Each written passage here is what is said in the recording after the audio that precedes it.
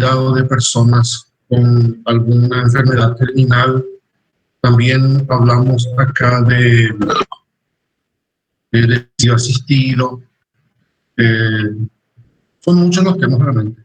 Se puede inclusive hacer una lectura antropológica de la muerte, que también es interesante analizar, porque no todas las culturas ven la muerte de una única forma.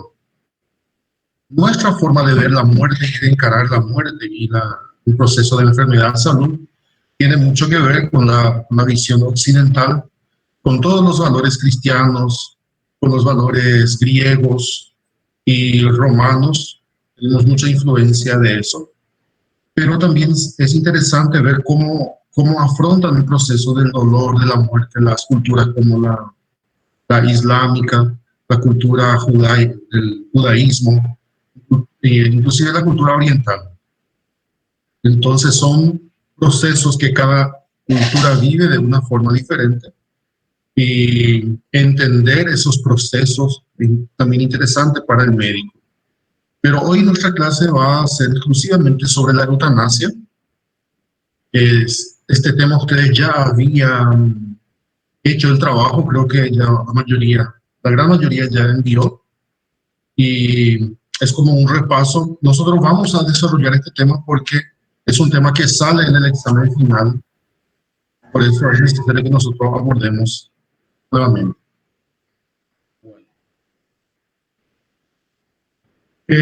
Nosotros no nos vamos a detener mucho en la lectura antropológica de la muerte, pero es interesante entender cómo empieza a verse el fenómeno de la muerte, principalmente con el cuidado del moribundo. Moribundo es la persona que está a punto de fallecer. Como a partir de qué momento de la historia empieza la preocupación por la muerte.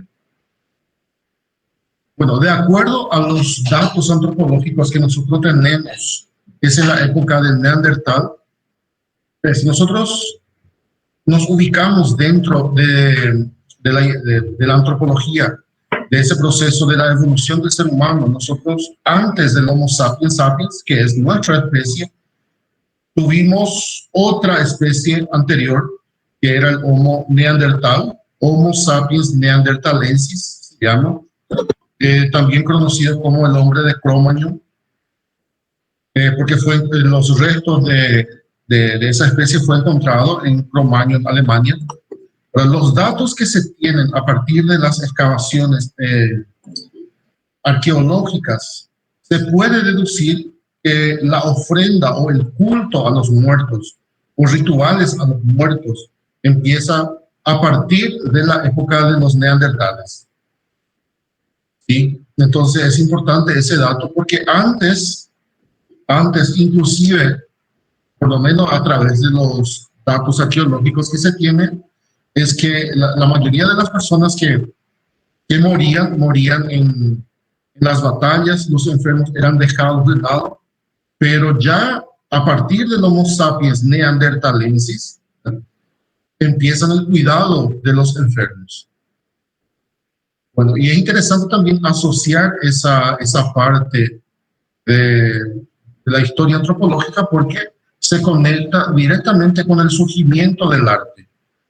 Las primeras representaciones artísticas, las primeras representaciones inclusive religiosas, se da en esta etapa de la história.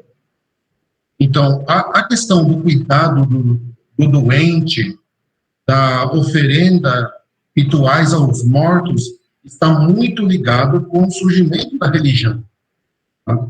Porque como o ser humano, ele até agora, ele não sabe dar explicações para muitos fenômenos da vida, então o que ele faz? Ele vai criando mitos, tá? Ele vai explicando as coisas de um jeito que a gente possa entender aquilo que a gente não pode entender, principalmente como é o fenômeno da morte, né? Entonces, esta es un dato, así que estas informaciones se profundizan más en la clase de socioantropología, UCP no tiene lastimosamente esa materia, hay en muchas facultades, pero es interesante que hagamos una lectura antropológica social de estos temas. Es interesante. Bueno, entonces los rituales empiezan a partir del momento en que aparecen las primeras ofrendas hacia los muertos. Tá? O fato mesmo, esse ritual de enterro, ele não é uma prática cristã. O ritual do enterro, ele já vem lá com os fenícios, lá dos povos da Mesopotâmia, onde eles achavam que a pessoa, quando morre, ele vai para o inframundo. O inframundo significa debaixo da terra. Tá? Então, eles achavam que debaixo da terra existia uma espécie de mundo onde todos aqueles que morriam iam para lá. Então, essa prática de enterrar os mortos lá já na Mesopotâmia era uma forma de colocar a pessoa que faleceu um pouco mais do seu destino. Então, esse ritual de enterrar tinha essa intenção, de acercar a pessoa para que esteja mais cerca do inframundo, onde realmente vai viver por toda a eternidade. Né? E essa ideia de que existe um inframundo, que é uma ideia dos fenícios, principalmente, ele teve influência no judaísmo, porque o judaísmo fala também de um Sheol. Sheol, daí, da palavra Sheol, vem o inferno em latim. Só que a gente entende tudo errado. A gente entende o inferno como se fosse um lugar onde as pessoas vão e ficam ardendo, ficam queimando lá. Essas ideias assim que ninguém explica direito. Essa palavra Sheol, no judaísmo, ele tem o mesmo significado desse inframundo dos fenícios. Então, era um lugar onde iam os mortos. Tá? Iam os mortos. E daí, essa palavra Sheol, se a gente for traduzir para o latim, ele significa infernos. Infernos, literalmente, inframundo, ou seja, debaixo da terra. Então, tudo era colocado lá debaixo da terra. Até a prática, principalmente dos judeus, quando eles tinham, assim, algumas pessoas que não eram importantes, as pessoas que eram executadas, por exemplo, com pena de morte, eram colocadas numa fossa comum. Somente as pessoas que tinham muito dinheiro, que tinham status, que eram sumos sacerdotes, que eram os empresários da época, inclusive, ou algum governante, eram colocados em algum túmulo. Tá? Então, existem muitos mitos aí sobre, inclusive, a morte de Jesus, né? Mas, como isso já é outro tema, então, não vou entrar aqui em polêmica.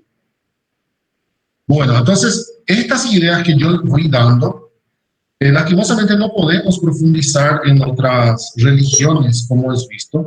La mayoría de las religiones creen en una vida después de la muerte. ¿No?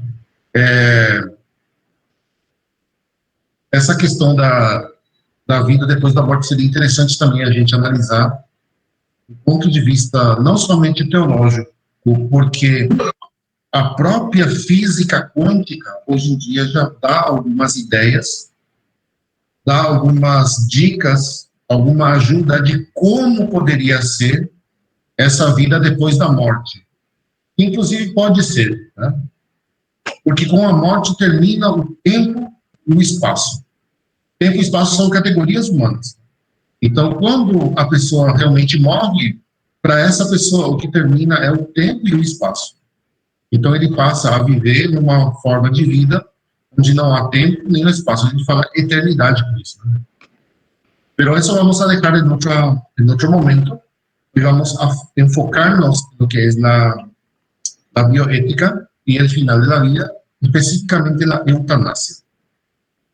Bueno, cuando abordamos la eutanasia, en primer lugar, lo que tenemos que preguntarnos, ¿existe el derecho a morir? Morrer, pessoal, é um direito, é um processo natural, que é a morte para nós? Lembrando que qualquer resposta que a gente dê a essa questão que eu acho que é a questão mais importante da humanidade, a gente responder a essa pergunta. Existem muitas perguntas que a gente tem dúvidas, mas que a resposta não é tão importante, tão significante como essa questão da morte. Existe ou não existe vida depois da morte? Porque se não existe vida depois da morte, nenhuma religião teria sentido. Tá? E se não existe, se tudo é material, se tudo termina com a morte, então tem algum sentido a nossa existência? Então essas são as perguntas realmente fundamentais. Quando Kierkegaard, esse filósofo existencialista, ele se pergunta sobre a questão do sentido da vida, está se referindo a essas duas questões. Existe vida depois da morte? E se não existe, a nossa existência tem sentido? Essa é a questão. O que vocês acham, pessoal? Existe um direito a morrer?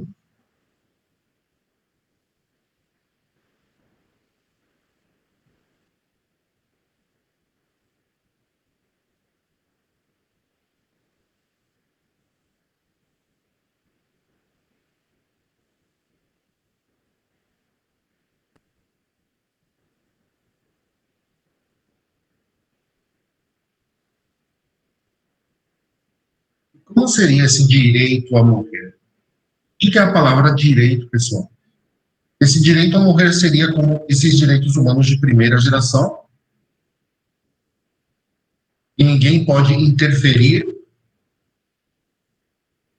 Como seria?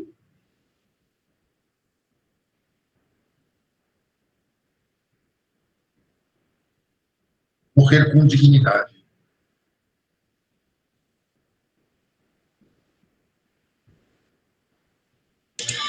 A questão da morte teria que ser vista como algo natural da vida, né? Teoricamente, porque faz parte do ciclo vital, né? Todos nós nascemos, aí temos a questão do desenvolvimento, né? Do amadurecer. Então, a questão da morte, ela deveria ser vista como algo natural. Algo natural, sim.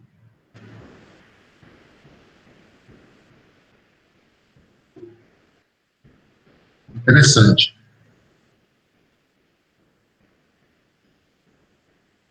É um fato que ninguém vai impedir, o Anderson está dizendo aí, mas o problema, quando a gente fala sobre eutanásia, o problema é que com a eutanásia você acelera, né, o processo. Professor, eu ia até falar, eu acredito que entraria nesse caso, né, o direito. O direito seria de você antecipar ou não essa escolha, né?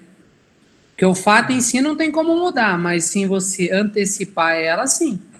Então, acho que o direito entraria nisso. Você tem o direito de antecipar ou não? Claro. Exatamente. Boa pergunta essa. Tem o direito de antecipar. Interessante. Mas, assim, vocês acham que essa pergunta, ela mudaria, por exemplo, sobre a questão mais importante ainda, se existe vida, mudaria isso a nossa percepção sobre essa antecipação? Mudaria alguma coisa isso?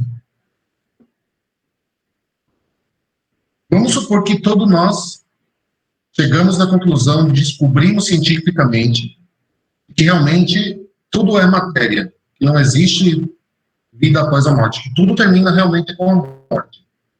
Vocês acham que isso determinaria a nossa resposta?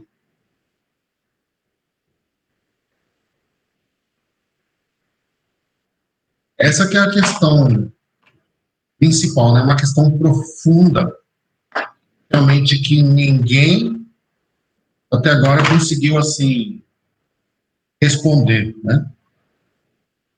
A gente pode teorizar, nós temos religiões, temos ideologias. A materialista, por exemplo, fala que o ser humano tudo termina com a morte, porque tudo é matéria. Mas é interessante. Pero vamos ver acá. Hay una frase que me pareció interesante de la película Mar Adentro. No sé si ustedes vieron esta película para hacer el trabajo.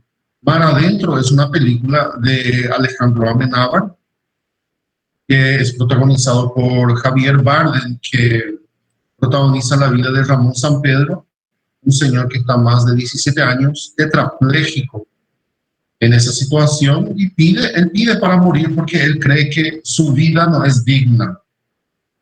Él tiene una vida, pero lo que no tiene es libertad para hacer lo que él quiere, porque para él la dignidad está en su libertad de poder hacer lo que ele quiere.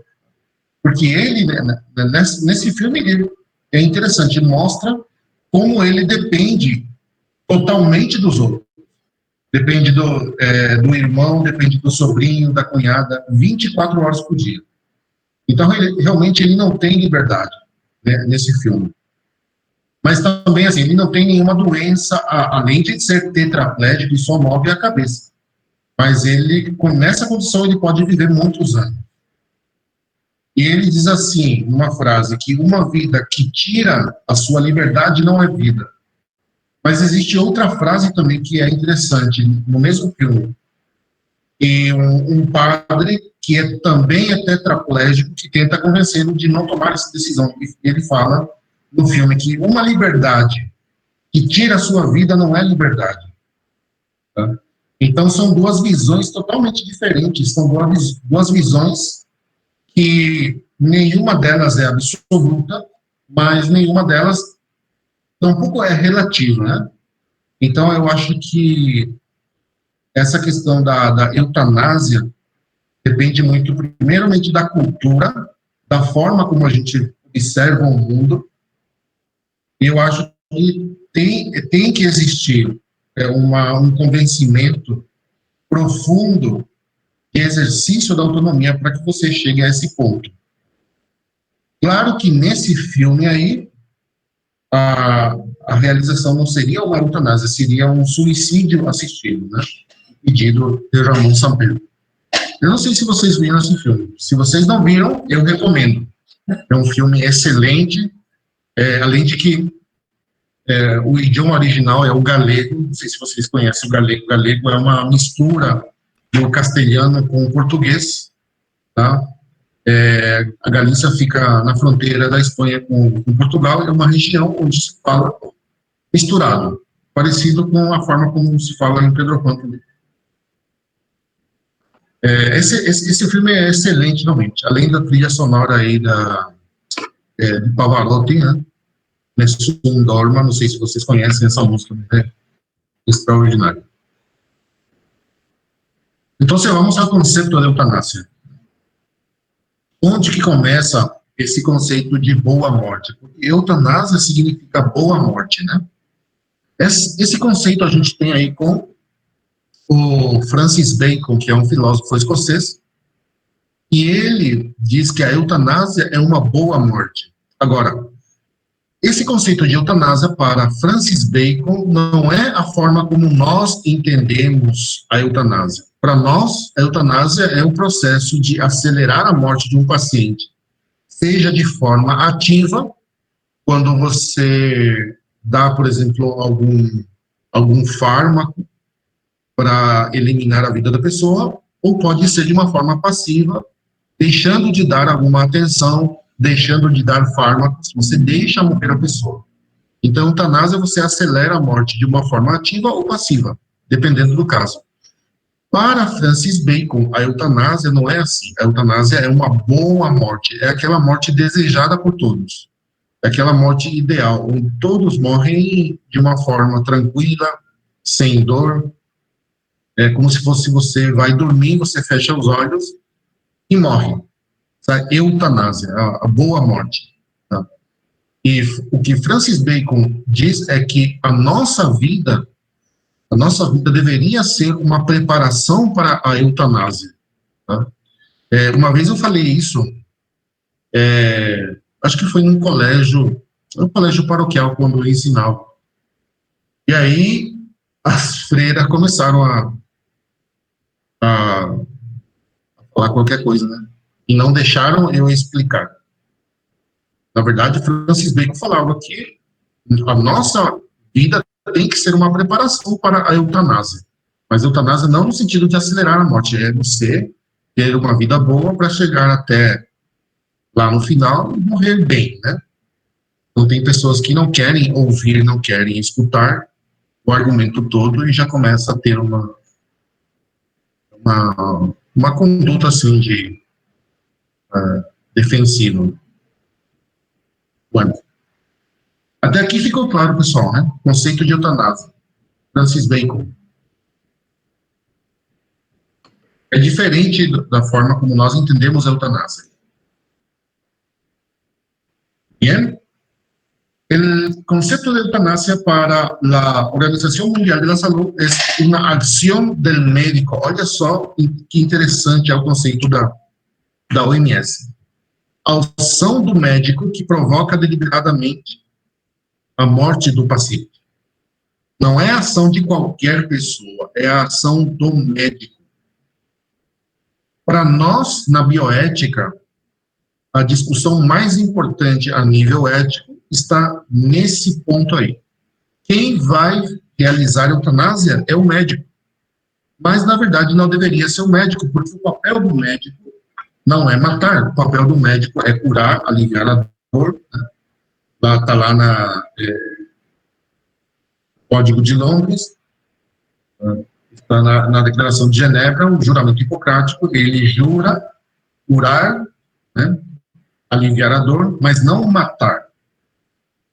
Entonces, en el concepto de la OMS dice la acción del médico, é o médico que realiza a eutanásia e não outra pessoa. Se algum de vocês, por exemplo, eu, vocês, ou qualquer um, realizar um ato que seja eutanásia, não seria eutanásia, seria assassinato. Então, só o médico quem pode realizar. Essa é a principal questão ética. Quem vai realizar? Médicamente, la eutanasia implica el hecho de provocar la muerte fácil y sin dolor a un paciente en estado terminal. Quando a gente aborda essa questão a partir da bioética, o que a gente fala? Para que a gente possa dizer uma eutanásia de verdade, tem que ser um estado em que o paciente esteja passando por uma doença terminal, onde exista muita dor, muito sofrimento. Então, a eutanásia é uma forma de aliviar a dor daquela pessoa. Em qualquer outro caso que não seja isso, não seria uma eutanásia. Seria, em todo caso, um suicídio assistido. Ou, às vezes, pode ser uma eutanásia indireta. A pessoa está sofrendo muito, você coloca um fármaco, algum analgésico potente, para aliviar a dor da pessoa, e indiretamente a pessoa morre por causa daquele procedimento, uma eutanásia indireta. Mas para que seja eutanásia, tem que ser estado terminal, com muita dor da pessoa.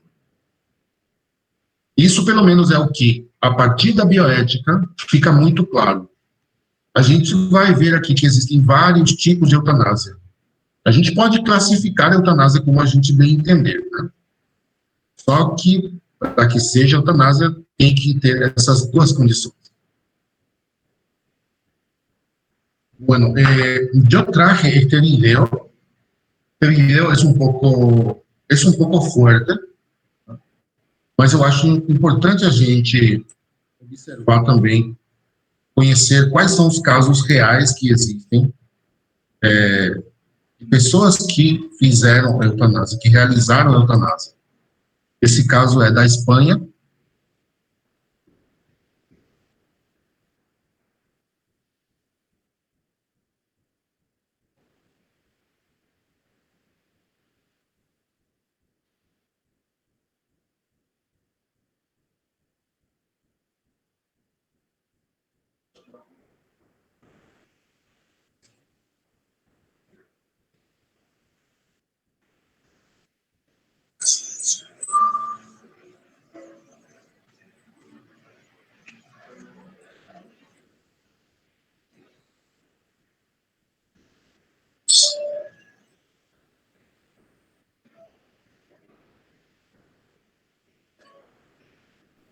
Professor, tá sem som.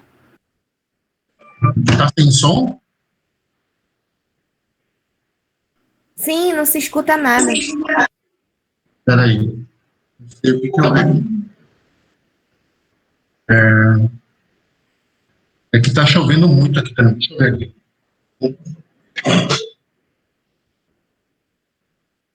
Tá chovendo muito aqui. Nem eu tô conseguindo escutar o que eu tô dizendo. Vou colocar de novo aqui.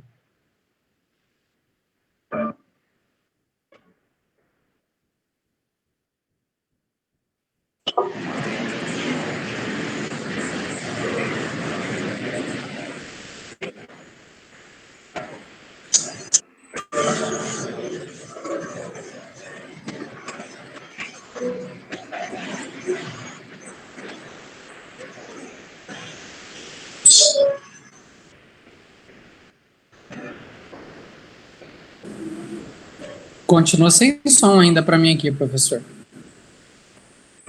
Tá sem som ainda? Sim. Estranho.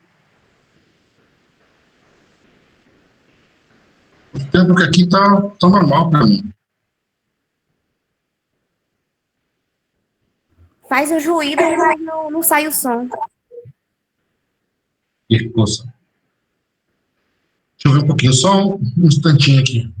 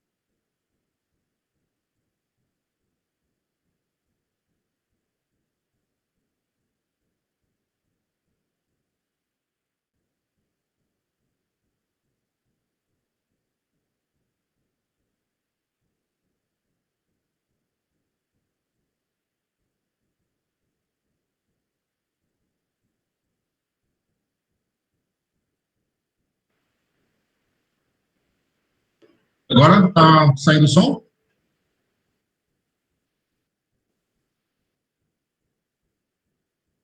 Oi, só o meu.